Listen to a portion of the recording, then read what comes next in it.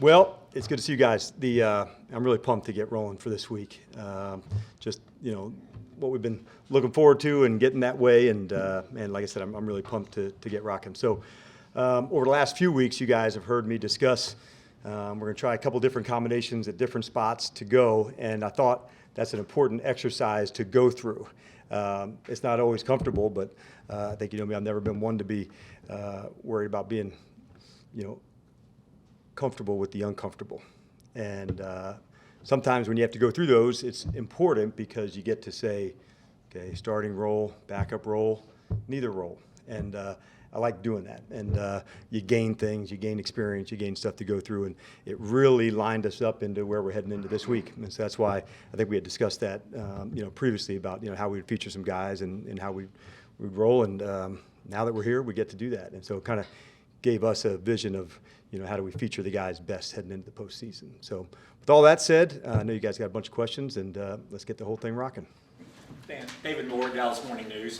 Now that you've had these 3 to 4 games here, where do you stand at that corner opposite of Trayvon as far as how comfortable you are with how you can manage that position? Yes, and I do. I felt, like I said, it was really important to go through different people, different combinations to how to go. There's nothing like being in the fire a little bit and just know what you have. And sometimes you may game plan, certainly, but sometimes you wouldn't, to say, I want to see what this would look like in some of the hardest situations. So sometimes you have to create that to give the moment to go. So I feel very comfortable with where we're at. I'm certainly not going to disclose that today, if that was going to be your follow-up question. But I do feel like, okay, I've got to handle how we want to go and play. And so that was what my goal was, 3 to 4 weeks ago. And quite honestly, some were going to be in some backup roles. Who could be the 3? Who could be the 4? How could we feature that? So that's kind of, Dave, what I was looking for at different spots. So were there times at parts in games where you would make calls that it wasn't necessarily, this is how we would play this in the postseason? I want to see 100%. How this player responds. 100%. And I think that's the only way that you really can truly get into those spaces to find out. So, and that would have been the same case last night into some ways, but that's not how you find out. And so I thought that's what was most important into this space to go and play. And there's things that I wanted to see, that I saw, things that I wanted to see that I was disappointed in. But at the end of it, like I said, those are the ones I felt it was really important to do. And that's why I brought it up to you a few weeks ago, knowing that would be the case there. It's been at all different spots. So hopefully we'll get a few guys back. Certainly I'm hoping, as we're getting into our preparation, we'll see, with the extra day and how that plays out. But I think you guys get a pretty good handle on that as the week goes on. You want to find out, not cover or compensate for, and that now it's a different approach. That's correct. Yep. How you can best feature guys in their roles. Okay, piggyback on that real quick. Sure.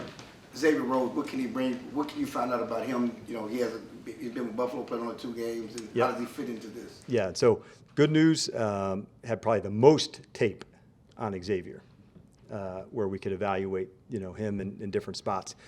Man, could he pick it up fast. I was blown away by football instincts right away. So he came in here, Saturday, met there at the hotel, again in the morning, heading into this week. So I'll have a better sense for him as we get towards the end of the week, if there could be a role that goes on for the game. But too early to call on that. But my first impressions have been strong. You like that veteran person Yes. who's seen it before? Yep. And that showed for him. He's been in a lot of close games. He's a good competitor. So I thought excellent addition to our team at this point. And you're always looking for a guy who's an excellent teammate. And certainly that's, the thought that we've heard on some of the guys coming in, So, a guy like Barr who had, spent time with them, or JK. And so hearing those guys who I trust so much make those kind of positive comments already led me into what I had thought, and it just kind of, accentuated that. You're back in the head coaching cycle. How do you balance that? Obviously, Denver's requested, and I don't know if anybody else has. You can let us know if you want to. Well, I'd say, sure, why not? Safe place. I would say, well, I think we addressed this last week. And so anytime somebody asks you, you're flattered, it's honoring. But quite honestly, I thought respectfully, we addressed all that last week, and nothing really to report on past that. So just right where my feet are and enjoying it, and then we're going to throw a kick-ass week. Michael Galpin, Dallas Morning News. Chauncey Golston seems to be coming on of late. Mm-hmm. He and I said, just as this conversation took place, we said we were going to feature some guys in some new roles, and I thought, Chauncey, you're right. has been one that I've seen the trajectory going up, and finding out more information. I thought yesterday was probably his strongest performance of the season. He and Osa made a couple plays together, including the tackle for loss in the fourth quarter.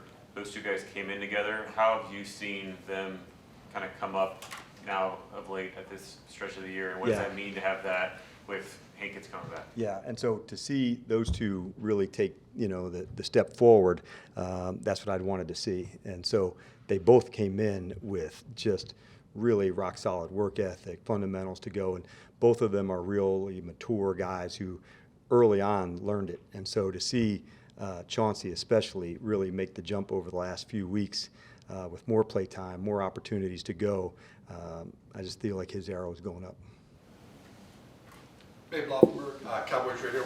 Dan, so we all know turnover differential is the most important stat as to winning and losing football games. So for the second consecutive year, you guys have led the league in takeaways. You now joined the Pittsburgh Steelers of the 70s.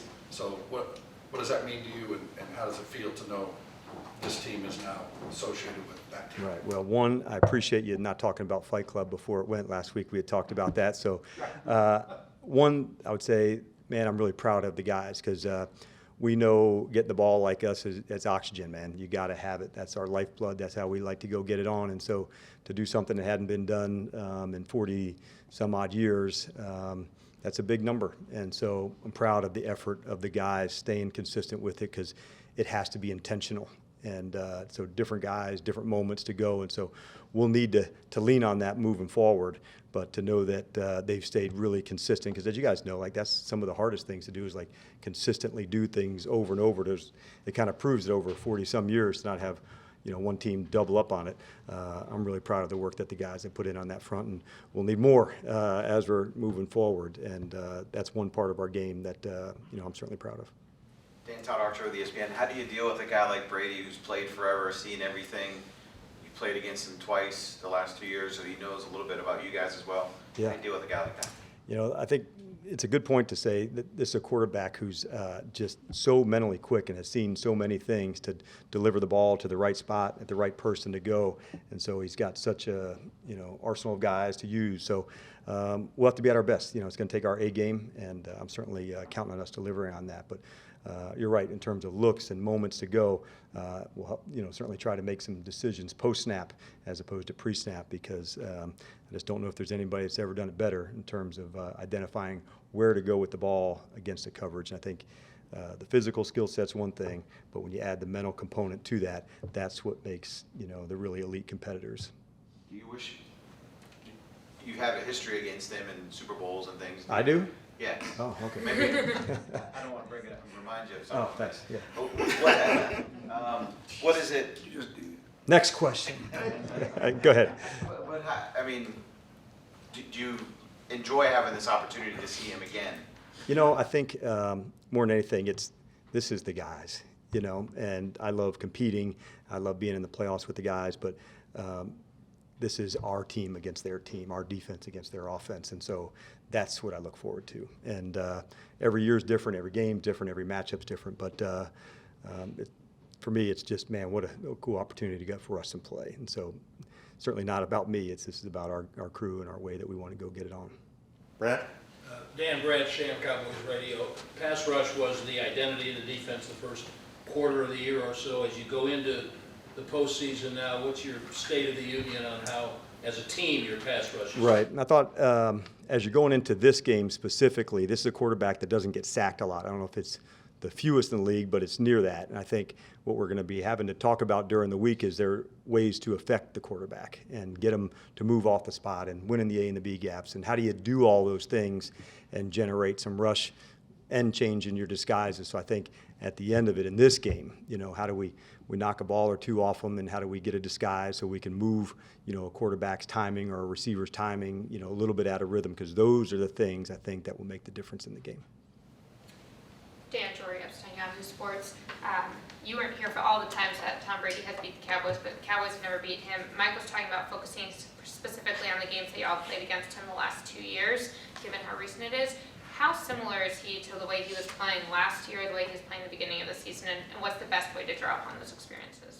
Well, I would say one thing about their team, this is a big playbook, and so the way that Byron utilizes all the different personnel groups, you're going to see 3 tight ends, you're going to see 2 tight ends, 1 tight end, no tight end, 2 backs. They've just got a big, complement in that playbook. And so however they want to play, that's the kind of the chess match that goes on, Jory, within that to say, featuring it this way, featuring it this way, the matchups, and how do you go? And so it's one of the best parts of the game because in game there'll be some changing that goes on too. But at the end of it, it'll just be winning our individual matchups as they come. That could have been a rusher, that could have been a somebody that's guarding a tight end or a back or a wide out, and finding those little spaces to go and match up because he's certainly going to try to find the ones that he thinks are favorable for them, and it'll be up to us to make sure that we don't allow that. But at the end of it, a lot of different matchups, and it'll take all the preparation all week long, to get us into that spot. But it's one that we're definitely up for and ready to go. So our game from them in 21 was different than our game from them in 22, and this game will be different as well. So how it'll play out, that I don't know. But I do know we've got a big, deep crew that we're ready to, attack and play however, they decide to play. Absolutely. And Leighton mentioned to us last week that he planned to return this game. Mike said he's on track, or so it seems as of now. How quickly do you think he can reintegrate given what he dealt with, and how do you have to plan accordingly? Knowing him, he's been just as part of everything as you could imagine all the way through, and so I'm anticipating him, if he hits all the markers, that there wouldn't be much of a setback on his end of things. Calvin Watkins, Dallas Morning News. We talk a lot about your run defense. How would you assess it as you head to the... I thought 2 weeks ago in Tennessee, I thought, square and good as far as, the gap control that we wanted. In this past one, I thought a couple more leaky yards I want. Certainly 41 runs is a lot in any game. But at the end of it, like I said, sometimes you're trying to find some matchups and things to go. But, we'll certainly have, to be at our best against Fournette and the crew that they have. So I'm fully capable in the crew that we have for us to play in that way.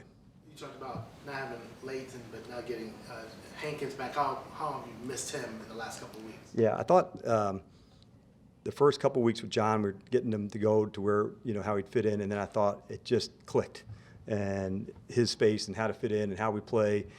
So for him, having the injury and having the setback was good, but I do know, I'm definitely looking forward to having the big fella back inside. And there's, like I said, when Jory was talking earlier, however a team wants to play, you have to have enough big guys, you have to have enough rushers, guys to cover. So that's a little bit of the chess match that you have to play on defense. Make sure they want to go wide open, you got enough to do that. If they want to close it down and get bigger, you got enough to do that. And so that's the game within the game, and having guys like Leighton and Hankins back will make that job a lot easier. Beyond just the personnel and physically having both of those guys back. Yep. Just what does it mean for a defense, especially late in the season when it gets a little worn down, a little fatigued, to get 2 guys like that coming in, just as far as the overall spirit defensively? Yeah, and I thought, man, do I feel Leighton's speed. There was a couple of plays early on. We had some reverses. There was one against Detroit, just running it to go. And so him, the command of the front seven, the speed that he plays with, the length that he has, I certainly see him, being a factor inside.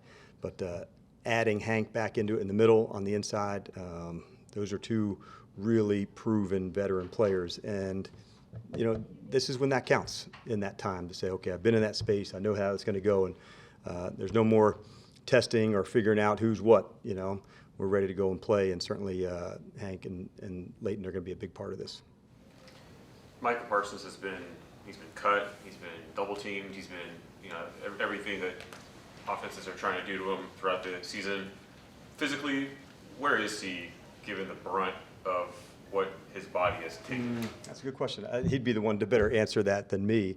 But I would say anytime you're at the end of the 17 regular season, whether you're a linebacker or a safety or an interior lineman, there's some, bumps and bruises that go along.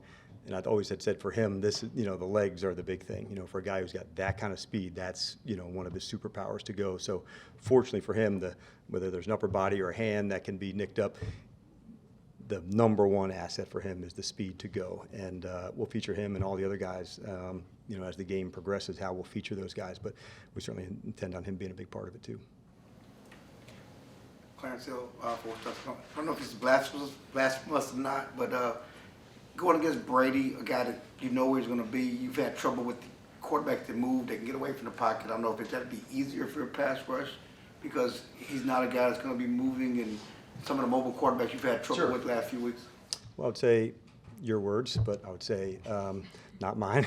But I would say as you're going, it is different. And for a guy who has the ability to get outside and get going, one things that makes defending them so difficult is the quickness and the decision making of where to go with the ball. Where a normal quarterback may take a moment to go through a progression, but instantly knowing where to go, that type of quickness, mentally and physically, I think that's one of the things of being that decisive that makes it challenging. So the mobility part, yes, that's a factor with some because the plays last longer. Does that make sense? Because he can get out of the pocket and you're chasing and you have to almost, the second play begins after he gets out of the pocket. Well, this one, the first play and the second play are generally in the pocket. There could be one where he gets off a read and now he goes big, but I think it's the decisiveness of where to go with the ball. But once you get home, you have a chance to get him down, but the other guy when you got home. Correct. Many people just don't get there, and that's been, some of the things that come along with having the mental acuity that he does to know, I got a blitz, I'm going here, I got a hot, I'm going here. So it's just knowing where to go with the spaces. That's what makes defending them so challenging. Talked about Micah, the physical toll it's taken. How diverse is his pass rush moves? Does he have like a big arsenal, a small arsenal? How many is he? That's a good question. I would say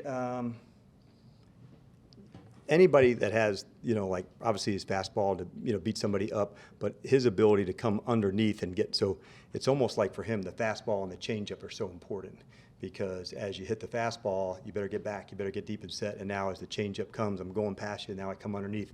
Sometimes him getting off the spot can, get the quarterback to move and, throw an incomplete, and it doesn't maybe show up on the stat sheet, but there's some, pressures that go along with that. And I would imagine in this game coming up, that will have to be the case. Just because he doesn't get sacked that often, I don't want to, assume anything, but that's just, the history has shown that. There's much more decisive, quick throws. I know we've talked a lot about Brady and the Bucs, but just generally in your playoff experience, when you've played a team in the regular season versus not, how does that impact the way you prepare for the postseason? Well, certainly that game is usually part of the cut-up, and there's 4 or 5 or 6 games that you generally put in to go, and so they're always part of it. But I'd say the cat and mouse game that goes with it is that one worked, this one didn't, so how do you feature those to go? Sometimes with a team like them where they have a couple of plays at the line of scrimmage, it could be this or this, depending on the coverage, you may see the same formation but a different play based on his ability to check at the line of scrimmage. So that, I think, when you're playing against a team like this, you have to be guarded and careful of because a formation could be one play one week, and then if he checks at the line of scrimmage, it could be a completely different play. So you probably better be careful, Jory, to make sure that this formation doesn't always mean this. You mentioned Xavier Rhodes earlier and his Yep. ability to pick up things mentally. Now that you can get him on the practice field at length this week, what will you be looking for physically from him and just, I suppose, overall Sure. to feel comfortable with potentially him making a debut in a postseason environment? Right. I'd say first one is the movements, outside of playing, matching guys and playing them. The second piece is the communication. Now, an outside corner, communicates less than an inside corner, but that doesn't mean it's no communication. So he's had some of the same calls in his past. Okay, this we might have called sky somewhere else, we call this here. We might have called something differently there. So he knows most of what the terms are. And then I'll say, for us to feel comfortable, what part of the package, how many plays, how many things could you call based on his technique? The good news about that position and what I was referring to Hankins earlier, the outside techniques don't change that much, or put it this way, there are calls that have the same technique even though it could be different calls. The nose tackle, the corner, I would say those are probably 2 of the positions that have the least moving parts, and it would probably be the easiest to get somebody up to speed. Not to say it's easy, but they'd have a better chance to do that on a shorter term. If he's able to take on some of the defense, but not all of it, and he's not a guy who plays special teams, does that make it a difficult conversation? It would, yes, and to say how quickly can we get up to speed, and that would really be the difference, because as you know, if somebody breaks a shoelace, you're in. And so you don't want to, side of the call sheet to only have a few calls. Which ones would you feel 100% comfortable with? And that's usually, how I've gone about it. When somebody doesn't have the full complement of things, what things could we do? All right. You guys good? Thank you. All right, you guys have a good one, okay? Let's get it rocking.